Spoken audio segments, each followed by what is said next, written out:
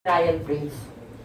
As previously announced, today is the deadline for the filing of this PD, no? And for the understanding of our beloved countrymen, ano po ba ang kahalagahan itong pre-trial brief? Number one, it contains stipulations of facts which will be presented for the other parties either admission or denial, no? With this, nababawasan po yung pagtatalunan ng dalawang kampo during the trial. If they admit our offer for stipulation, it means it need not be proved. But if they deny our offer for stipulation, then it means it has to be proven during the presentation of evidence. Second, part of the pre-trial brief, we will be submitting as well the list of our witnesses, no? So, I wish to advance information. Bagaman I cannot provide details yet because we continue to finalize the pre-trial brief, perhaps until the time of filing today. It is more than 25. The witnesses is not only 25, it's not only 30, it's even more. As to the exact figure and who these witnesses are, let's wait until the pre-trial brief is filed with the impeachment court today, no? And then for the last item, that will be the evidence to be marked, madami, super dami.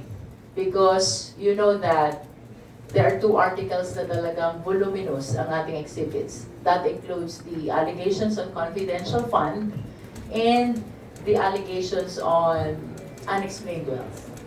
And of course, we are anticipating na on June 18, the 11 prosecutors, together with the 10 private prosecutors who were introduced during the last press conference, ay mag-a-attend doon sa impeachment court, although this will be held before the clerk of court, who is our Secretary of Senate, General Bantu, no?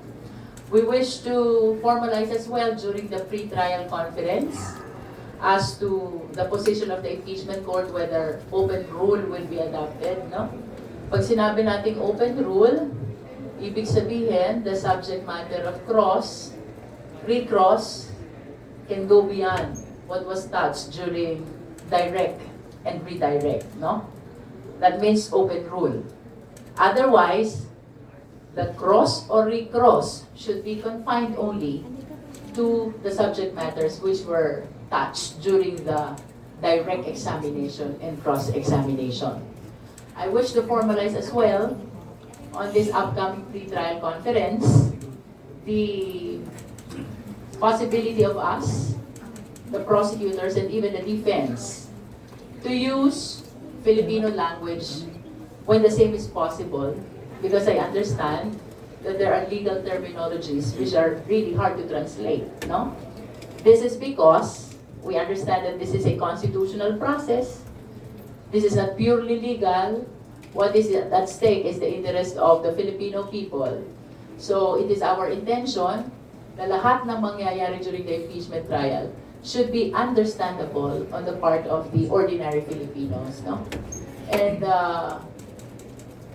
I wish to reach out as well through this opportunity to the mainstream media and even the social media. Let us encourage the accurate dissemination of information, no? And as a matter of fact, I reach out to the leadership as well. Ito rin ang gusto kong ilapit kay Kong Zia and the other members of the House who are from Visayas, from Mindanao. Let us come up with simultaneous translation of the trial which will be held starting on July 6. Sana habang nagtra-trial, meron tayong translation to as many dialects as possible in order to make sure that the entire Philippine nation is on the same page. After all, this is a constitutional process. We want the entire nation to walk with us as we start, continue, and conclude the impeachment trial. Thank you.